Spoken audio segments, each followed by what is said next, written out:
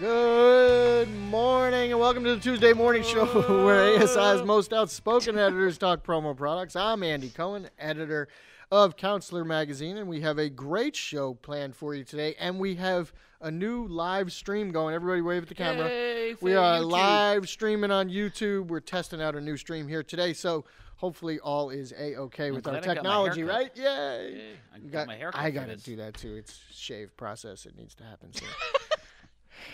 All right. Something funny Hi, about that, Andy. Kathy? Yeah? Nothing. Oh, okay. How are you today? I'm good. Yeah? We have a skeleton crew. There's nobody here. There's three of us. Three of us. We are working the mics. Oh my We're going to God. need you to talk a little bit more than you normally like to do. No, thank you. Okay. Joe Haley, how are you? I'm good, Andy. How are you? I'm sitting here. I feel like I'm at a parole board meeting. Like you're on one side and I'm on the other side, and everyone's looking at me. I don't understand how that became a parole board meeting. And when have you And ever been also, to a parole yeah, board how do you know what those are like? I have friends. Wow. He Remember that time, Andy? he suddenly In became Georgia, Silent you gave me a Joe, call? No. which is shocking. Oh, okay. There we go. Let's go take shots at people, huh? We got to do something for the next half hour. All right, we are getting ready to take your calls today with the subject of effective strategies for selling to millennials. So if you have any questions about that, you can give us a ring at 215-953-4979. And Joe, if we put you on the air, what are we going to give you? We're going to give you that fabulous radio show price pack that includes $25 Visa gift card, the finger puppets, the hand fans, some logoed ASI radio drinkware, and you're also going to get a set of Joe Show sunglasses. Plus, you get to hear the lilting voice of Facebook Vinny Driscoll, who will be answering your calls. The lilting voice? The lilting voice. Wow. All right, so make He's sure to lilting. give us a ring at 215-953-4979 if you have any questions about how to sell to millennials. And All right. Lauren might play some sound Sounds- effects for you. There you go. She's awake now. Time to wake up. Wow, we got the rooster sound going. All right. Thanks for that, Lauren. Okay, Joe, what else is on tap for today's show? Andy, we are going to look at 9 ways to up your PR game. We have 3 ways underdogs can take down the competition. The top reasons why email marketing still works. We're also going to look at Richard Branson's new employee initiatives. Does everyone know what that is? Yes, tell I know. do, and I am a Don't huge tell huge anyone. fan and proponent. Who is it? We're going to make sure to get to that topic today because that is a Yes. very good topic. Yes. I think Agreed. that, yes. You don't even know what it is. I do know what it is. Oh, okay. We're also going to look at how to hire highly motivated people. That's almost totally alliterative there. We have our favorite things, but let's start this off with the industry news in 60 seconds, Andy. I'll take 30. We'll give it All 30 right, we seconds. begin this morning with product news. California became the first state in the U.S. to ban single-use plastic bags when Governor Jerry Brown signed the measure into law last week. Beginning in July 2015, plastic bags will be phased out at large supermarkets, including Walmart and Target. Next summer, they will then have to be out of smaller convenience stores and pharmacies by the middle of 2016.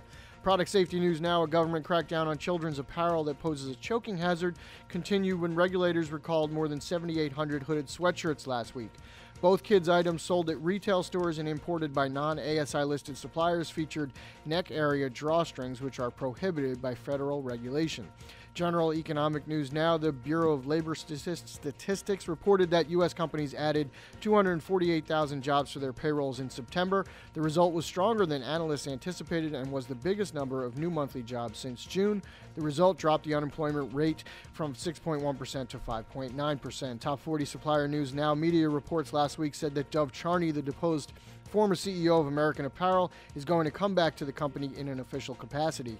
The report said that the new board of directors of the company is considering what role to give Charney, who is currently serving as a consultant to the company, but that it most likely won't be as CEO. And finally, make sure to check out the latest episode of The Joe Show and Promogram today. Joe, what is hot for today? Andy, if you missed today's Joe Show, you're going to miss me wearing a one-piece red footy pajama. Oh my Wow, God. that is something we must all make sure That's a to good check reason out. to avoid the Joe Show. Is that a hoodie footy thingy? Not a hoodie footy. It's just a footy Just thing. a footy. Hey, speaking of the hoodies. A the one hoodies. piece? A one piece. Does it have a flap? It does. It does have a butt flap. Wow. Okay. Yeah, baby. Make sure to check out that and so much more in Scratch out your eyes Counselor after it's all done. Promogram today. We look forward to that, Yes. Joe. All right, before we head to the phones to take your calls regarding our call-in topic of the day, which is how to sell effectively to millennials, we're going to go to the lines and have our product safety minute with ETS Express. ETS Express is Leighton Lee. Leighton, how are you today? Oh, I'm doing fine, but Joe's description of his footy pajamas had to make me laugh. When I was a young boy, I had a Bugs Bunny footy pajamas. Do you have pictures of that? I do not, and I certainly would not share them with you guys. Because we'd love to post those on ASICentral.com/radio. Okay, this is the guy that gives you the Product safety update. Product safety. All right, Leighton, flame retardant? besides footy pajamas, what is on your product safety mind for the day? Well, we're going to talk a little bit about toxic chemicals. And in general terms, toxic chemicals in our mind normally on a day-to-day basis, we think about poisonous stuff. But in consumer products, toxicity can also affect skin, create skin irritation, allergic reactions in humans, acute responses or acute problems that can flare up immediately, especially among children, as well as chronic hazards and certain chemicals that are used in our products. Now, there's a certain tool that we use in our industry when it comes to looking at products that are meant to be applied to or in the skin, things that are ingested, things that we put on ourselves as lip balm and suntan lotion and different cosmetics, certainly things that we sell in our industry. So how do we product safety people in our industry determine whether or not an item has a potential to be toxic to our systems? Well, the labs have this tool called a TRA, and that's shorthand for toxicological risk assessment. And it's pretty common. The chemicals that are used in making a consumer product, even whether it's a temporary tattoo or lip balm and other things that we sell. Those chemicals are examined. The list of chemicals are examined by a toxicologist, and he or she will review it and determine the potential for hazards in that formulation, and will issue a TRA report so that we know whether we're a supplier or a distributor that substance is safe to be sold for human use. So next time you folks are using lip balms or buying lip balm, hand sanitizers, and things like that, keep in mind to always ask your supplier or vendor to provide a TRA report along with all the other testing. And that is our product safety minute for this week. So you folks have a good time. And Joe, make sure you take the fifth when you're asked about your parole board meetings, okay?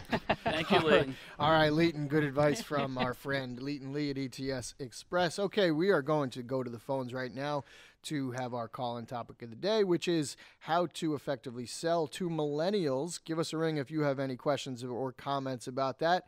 Call us at 215-953-4979. We have a few callers already on the line. On line one, we have Tina. Tina, how are you today?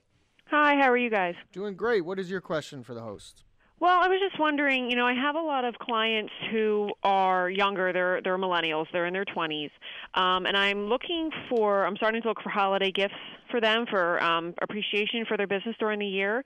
So in your opinion, what are some products that would appeal specifically to my clients in this age group? We're going to have a conversation between you and our friend Joe Haley here, star of The Joe Show. Well, thank you for that, Andy. I would say power banks. Power banks are extremely popular right now. I have two of them. They're practical. They're useful. They don't take up a lot of room, and I've used them quite often. So I think that since your younger people especially, they are plugged into technology, this would be something I think that they appreciate. You can get a variety of different models and shapes with all types of different bells and whistles. I would also say, what do you call those things? Bluetooth speakers. Thank you. I thought of it. Bluetooth speaker. There's a couple suppliers out here that have some really, really good Bluetooth speakers. I've been using one at home. Yeah, I have two. I'm not a millennial though. Yeah, I used one on the beach. I'm Really? far from. I'm a baby boomer. I used one on the beach this summer. Oh, I'm not that old. And it was awesome. Stop it, Andy. But I think a nice Bluetooth feature. Origi Audio has fantastic packaging too, so they're going to completely customize the packaging for you. The Bluetooth speaker as well, and like I said, it's got great sound quality. You know what I would say too, Andy? You don't even have to think high tech all the time. Millennials, a lot of them commute into city jobs, so travel mugs and backpacks, things like that would work too. Very good idea. I would agree with the backpacks with a lot of different functionality. Because we got one a couple years ago, Andy, that actually gets charged. I love that backpack. Yeah, see, you can charge your components when you're traveling. Also, let's look at someone like Mark Zuckerberg. Would he be considered? No, he's older than a millennial. But they all wear hoodies, and I think that he's a millennial. Yeah, I think that anything that's currently fashionable, hoodies are still fashionable, stuff like that. I think that they're going to enjoy. All right, Tina, hopefully that gives you some ideas, and hang on the line so Vinny can get your information. On line 2, we have Andrew. Andrew, how are you today? Hey, I'm pretty good. How are you? Doing good. What is your question for the host? Good. So I'm trying to target a younger group of buyers, and I'm wondering if you could give me any ideas on how to reach them, since they really seem to be adverse to meeting in person, and they don't want to talk on the phone maybe the way buyers in the past did. Just looking for some insights there. Joe, what do you think? Well, one of the things we read a lot and we talk about a lot is that you need to communicate to your clients in the way that they like to communicate. So if they prefer to chat with you via text messaging, over email, that's what you have to do. You have to be where they are. If they're active on Twitter, you want to make sure that you're following them on Twitter and vice versa, so you can have conversations that way. Not everyone's going to want to pick up the phone or going to want to, in your face visit, but I would start with that, communicating with them the way that they prefer. Yeah, I would agree. I think social media outlets are certainly important for connecting with millennials. I would also say that for the youngest set of workers today, they're not necessarily working at the traditional times. So sometimes they might be looking for an answer at 10 o'clock at night, and it's not that you need to be totally available at that time, but you need to be prepared to answer questions almost all day long and even into the night. They're working at times that maybe you haven't expected in the past, and they're looking for quick answers. So you need to be ready for that as well. All right, Andrew, thanks for the call, and hang on the line so we can get your information. On line 4, we have Stanley. Stanley, how are you today? Good morning. How are you guys? Doing great. How is the weather out there in California? It is gorgeous. We just got through 100+ heat wave, but now we're riding pretty fine. By the way, I just wanted to tell you that love the new camera angle. Incredible. There you go. Really? Yeah, Do we look really, good? really good? We're looking good, right? Yeah, you guys look really good. Well, Much Kathy's bigger looking screen. That's because Joe got a haircut. I did. I got a haircut. Yeah. All right, so Stanley, how are you selling to millennials? Well, it's really interesting. It's actually been really frustrating because I've been in this industry a long time, and normally you're used to seeing clients. They want to see the product. They want to see pictures. They want to see actual samples. And now you're dealing with the buyers or the owners who put their buyers with you. They may be millennials, but the owners are still typically in their 30s, 40s, and 50s, or 40s and 50s and beyond. And so you're selling to a group that's in charge, but the people that have to be satisfied are a lot of times older. And it's frustrating because, to me, I'm trying to figure out how to satisfy, quote, the owners while dealing with the people that are putting on the program. I haven't found the magic formula, and I'm just trying to figure out what is it, because in the end, if you don't make the owners happy, the millennials, it doesn't matter, So what do you do? Well, ultimately, you need to make the client happy. Whatever their goals are, you need to fulfill those goals as best as you can with the programs that you provide, no matter who you're providing them to. I think part of this is a conversation about communication. Like Joe was saying, you know, when you're communicating with that buyer who's the millennial, then you need to do it in the way that they want to be communicated to. And when you're, you know, communicating with the owner who might be a bit older, then, you know, that might be a different communication style. I think it comes down to being able to adapt a little bit, I would guess. Certainly walking that line is a fine line. But I think ultimately, you know, clients are happy when their goals are met and you've provided a program that does what they want out of it. Joe, what do you think? Yeah, it's going to be a little bit of a trying task, a difficult task to, you know, satisfy someone who, the younger person is the instant gratification. They've grown up with video games and stuff, and the older person who wants to look at, you know, products themselves. So, you know, maybe you're talking to them, you know, on at separate times, then coming together with an idea that's going to, you know, appeal to each part of the process there. You know, and also, I mean, you also have to look at who the end recipient is going to be and what, you know, the reason for promotion is. And, you know, it's the best I can think of. Sorry, Stanley. Yeah, engage the millennials through social media and how they want to be engaged, and then deliver the samples and examples of ROI and case studies to the owner. Yeah, I think ultimately... That's what I was trying to say, but Kathy said it more eloquently than I did. Kathy has a way about her.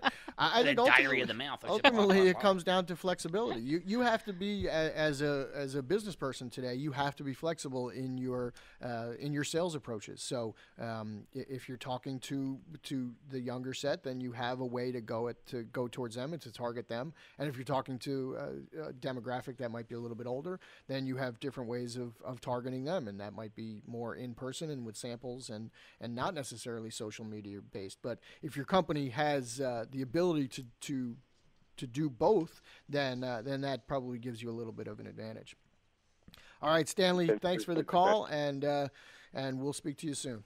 You know, right? Yeah, you were right about that adaptability too. You know, a friend of mine, his older brother, used to sell stocks and bonds, that type of stuff. He worked at some broker house, but his clientele is very vast, from people who worked on the docks down in Philadelphia to, you know, middle-income households with kids, to high rollers who lived in, you know, huge big houses and stuff. And he had to adapt his selling style to each different client there. It's the same thing here. I mean, it's just a learning process. Yeah, you have to be flexible today. All right, Kathy, this was an interesting topic on our Facebook page. Mm-hmm. There were a couple comments that stood out to you. Right. And it's basically stuff that we've covered. But Ryan Shade, who was expecting some of my Jamaican rum in his prize pack last week, as he posted on Facebook. He didn't. Oh, he says, when selling to millennials, be prepared to offer social proof, as peer opinions greatly matter. I think that's a great point. Yeah. And have all product info and proposals formatted to be mobile ready. Two great points. That is a great point. Mm-hmm. I think with that, with the millennial audience, using case studies and testimonials could be very key. They really do depend on peer recommendations. Exactly. And that's something that's more important today to those buyers than maybe it was 10 years ago to previous generations of buyers. So create your own Yelp. Create your own Yelp. Your own Yelp for your promotions. Then Chris Clark, he says he'll preface this by saying that technically he's a millennial, but his personal and professional traits lean toward Gen X. It must be because he was born and raised in the South, he says. Sounds confused. Yes. But if you're going to sell to the millennial market, which happens to be the fastest growing marketplace, you'd better be highly involved in technology. Millennials expect not only a web presence, as Ryan said too, but also a valid and applicable social media presence. They are going to check you out, and they'll probably do it before they even agree to meet with you. So he's basically reiterating what Ryan said. And I would add to that, not just a social presence, but a mobile presence. Those buyers are extremely mobile in their use of technology. They're probably number one way to access the web is not necessarily through laptop or desktop computers. It's really more through tablets and phones. So you have to have a mobile presence on your website. And you want to talk about a difference, hanging out with two of my baby boomer friends and on Friday night, and we're talking about something, and I said to one guy, so why don't you just look it up there on your smartphone? He goes, that's too much hassle. But if you're talking with your own kids about that, I mean, as soon as you start talking about it, they're pulling stuff up on their phone, so yes. it goes back to the mobile aspect of So, Millennials. yes. I'm going home. So Do you want one more or no? Yeah, give me one more, Okay. Kathy. David Garthwaite says, and I agree, millennials purchase the same products as everyone else. The questions would be, how did they find you? Getting back to the social media. Yes. And mobile-compatible websites are a must. Also, be quick to respond to email requests, otherwise they will move to the next distributor. If they can make the purchase without having to physically talk to anyone, they're happy. And you know what? That gets to my point earlier about getting back to this demographic quickly. They expect response immediately. They are, as Joe talked about earlier, the instant gratification generation. So if they ask a question, they want an immediate response, and you have to be able to adapt to that. And if you can't, it's going to be difficult to really target these in any effective ways. So definitely ramp up your mobile presence and be prepared to answer at all times. All right, thank you, Kathy, for those. We're going to pause to hear from our show sponsor, ASI Education. But when we get back, we're going to talk about ways to ramp up your PR game. At ASI, we know that education is the key to success, so we're excited to announce our newly reimagined online learning center. Log in and test the all-new intuitive interface. Share photos, stories, and communicate with other ASI members who are learning along with you. Expand your knowledge with wikis, discussion boards, and more than 350 courses, which include valuable marketing and sales information. And for your convenience, the Online Learning Center now uses a single sign-on access like your other ASI services. Best of all, it's free. Become an industry expert and see what's new on the ASI Online Learning Center at www.asicentral.com/online-learning. All right, welcome back to the Tuesday morning show. If you recognize that voice in that ad, it was our very own Joe Haley. Well, I thank you. That was well done, especially when you said the word wiki. Wiki, wiki, wiki. Wiki. It was like I was going back to my days in the 80s where I was rocking the DJ. Wick, wick, wick, wick. Scratching. God. Wow. Were you wearing footy pajamas at that point, too? Listen, Andy. DJ Footy Foot. Go shave your head. DJ Footy Foot. Footy foot. And the All right, Kathy. We talk a lot on this show about the importance of using PR to get good presence and media exposure for yourself and your clients. So how can you ramp up your PR game? Well, here are some plugins that PR execs say will turn your Gmail into a mecca of usefulness. One expert says that Reportive is one of the greatest inventions to date for the PR pro. She says this free social CRM tool plugs right into your Gmail and provides a photo of your contact, an overview of their LinkedIn profile, company title, location, Twitter, and connections you have in common. That sounds very useful. It does. She says you could get all the pertinent info directly in the sidebar of your email. Another one says Boomerang does the trick. She says it helps her keep track of the numerous emails she sends every day by letting her set a date and time for the email to return back to her. Works really well for long lead stories, reminding her to check back in 3, 4, 6 months when the article is finally published. Another one says Sign Easy, which as its name suggests, makes it easy for you to sign documents via a phone or tablet. Being able to get documents signed quickly is often the difference between a happy or not happy client. So those are all great ones. One more is Muck Rack. It allows you to see in real time which reporters are tweeting about topics that are important to your client's business. So that sounds very helpful. But we'll put all of these and more up on our website at asicentral.com/radio. Very cool. Those are some good tools to use in your PR efforts. All right, Joe. Andrew. Many companies in the ad specialty industry are smaller, and they try to figure out ways to compete with their larger competitors. Yes. So what do they have to do? What does the Underdog have to do to take down the big guy? Well, here's 3 ways courtesy of Inc. magazine. First is, everyone loves the Underdog, right? Sure. Okay, Why not? Yeah, unless you got money on a football game, you want to see the Underdog win. Well, right? What if you have money on the Underdog? Well, then you want to see the Underdog win. Anyway, everyone loves the Underdog, so use this to your advantage. This article says to play up the fact that maybe you lack some resources like funding. But at the same time, you always want to compare yourself to your number one competitor, the top person in your market, because the more you talk about it that way, the people who might buy from you might start considering buying to you because they're going to start to see you on that same level. Another way, and we talk about this all the time, Andy, on the radio, is customer service. Dominate the customer service. While you might not have the funds to have this big, huge department, do what you can do.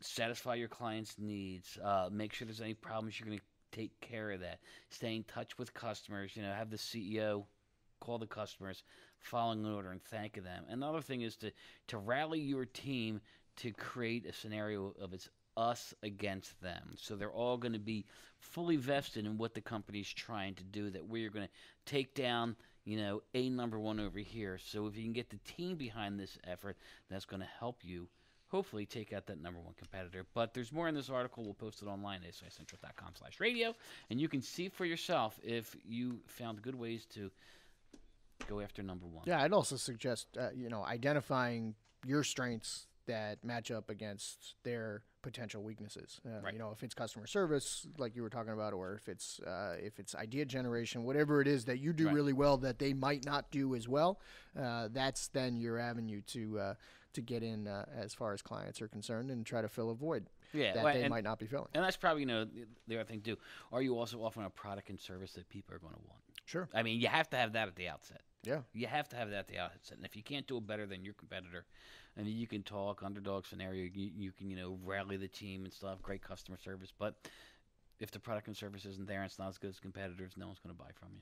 Absolutely. All right, Joe, I want to make sure we have enough time for this topic, and it is about Richard Branson's Yes. new employee initiative Yes. at his company, Virgin. So tell us a little bit about it.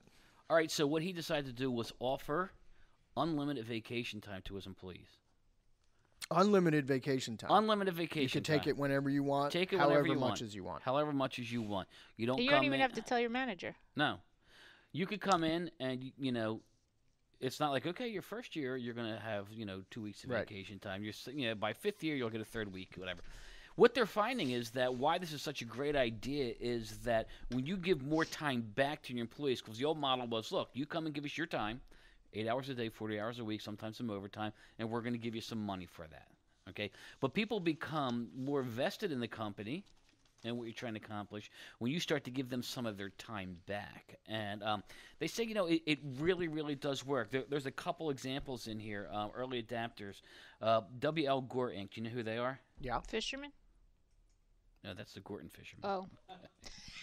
Oh, my God. They were pioneers in rejecting the industrial age. It's a $3 billion company with 10,000 stakeholders, and they had unlimited vacation since the 1960s, and they continue to grow exponentially. There's another company in here that Ricardo Semler, in 1981, he transformed this great workplace, including bringing in unlimited vacation time. In 1981, it was a $4 million company. Today, it's a $1 billion company, and it continues to keep growing. Yeah, I think it's an incredibly unique and interesting concept. Right. While some companies have done it for a while, I think it's something that we'll see more and more as companies move forward. The obvious concern is that people take too much advantage of it, and they're never in the office and never doing the work they need to do. Well, that's then you not the fire case. them. Right. That's not the case because, as Joe said, people, when you trust them and you show this kind of inherent trust in the work that they do and in the responsibility that they take, then they become even more vested in the well-being of the company and that the company does well, financially and from a business perspective, and also they feel good about being there. It's something that's totally unique and interesting, and I think we will see more of it. Do you think it works for all industries, all types of marketing, all types of professions? I think there's applications of it. I think there's different variations on that theme that we'll begin to see. On our Best Place to Work road trip this year, we visited eCompany store in Atlanta, in the Atlanta area. And they have a program that people get, I believe it's 6 week sabbaticals every 5 years, I think, that they work at the company. It might be more like 6 years, but there's a certain period of time they have to work there to get the sabbatical time, and they're forced to take it. They have to go on that sabbatical. They don't have to do anything specific. It doesn't have to be anything related to the company, or they don't have to go away. They could sit at home if they want, but they have to take it. And the CEO of the company, Craig Calloway, his vision for it is basically, we can't always pay people more money. We have budgets that we have to stick to, so we can't just pay people more. So the currency that we can give them today, that we can give more of, is time. And that's what I know Richard Branson said when he implemented this program. Time is very important today. We've been talking about millennials a lot on this program. Time to millennials is even more important than it has been to previous generations. Time off and time to spend with their families and time to spend doing things that aren't necessarily related to their jobs is very important, and they value that maybe even more than money. So it is something to consider. One of the things I think it's going to show is that you're really going to need to start cross-training employees. If you're the only person in a smaller office that does accounting. It's a great point. You're not going to be able to take that unlimited time because you're going to have to be there certain times of the month to get things done. And you're going to find out that 1 week leads into the next, leads into the next. And then you have a difficult time taking all the vacation that's coming your way in the first place. So, cross-training I think could be, important. Sure. There's another group in here that's doing something kind of similar. Rather than giving pay raises, they pay for vacations. They would pay, Andy, pay for your vacation. However, you have to bring back receipts to show that you used your time off for vacation. Okay? So you didn't say, I'm going to take time off, work from home, then come back in with a bunch of stuff done. You've got to prove that you're actually taking the vacation. And I think vacation is, important. It's good to get away from the office. It's good to disconnect. It's good to be unplugged, And I think it's important that people do that, stay unplugged. When you're on the road and you're constantly checking email, every day of your vacation, in the morning, afternoon, night, whatever it is, I think it's a bad thing. I'm guilty. You need to unplug and you need to take your vacation time. However, as we all know, it can become extremely difficult to take that time. Even though you have it, the longer with the company, the more time you get. So can you fit that all in a year? Do you guys know the show's over? Yeah, well, no, we have just enough time to. Well, Kathy just wants to get out of here. We go as long as we want, Kathy. We're not connected to any schedule, Kathy. Please. This is unlimited radio. All right, Kathy, just go with your favorite thing. Okay, my favorite thing is, there's a chill in the air, or there soon will be, which means it's a perfect time to pitch an adorable knit cap with a pom-pom on top from Wisconsin Knitwear, ASI 97595. It would be great for college stores, school stores, ski resorts, ice rinks, to name a few. I love pom-pom hats. All right, very good. Fun. Mine is a ballpoint stylus, which comes from Leeds, which is ASI 66887. Counselor has its writing instruments issue coming up in November, and as everyone will see in that, the big trend is not just multifunction, but pens with technology-related accessories on them. So check it out online now at asicentral.com/radio. Joe, you're up. I have these touchscreen gloves. You'll see the fingertips here. They're different color. They have a conductive thread in there that allows you to use your touchscreen. These fingers, without that, you wouldn't be able to use your touchscreen. So you're outside, you're working, you're playing outside. In the wintertime, you want to, look at your email, you want to check into Facebook and stuff. You don't have to take your gloves off. It's great for people who work outside, people who commute to work, whether you're driving in a car, taking public transportation, you still have your gloves on. You can still use your devices.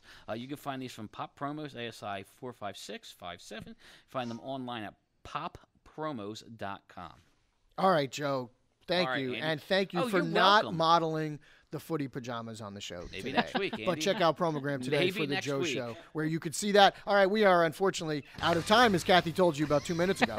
So check us out next week. Same time, same place, everybody. Have a great week, everybody. Peace.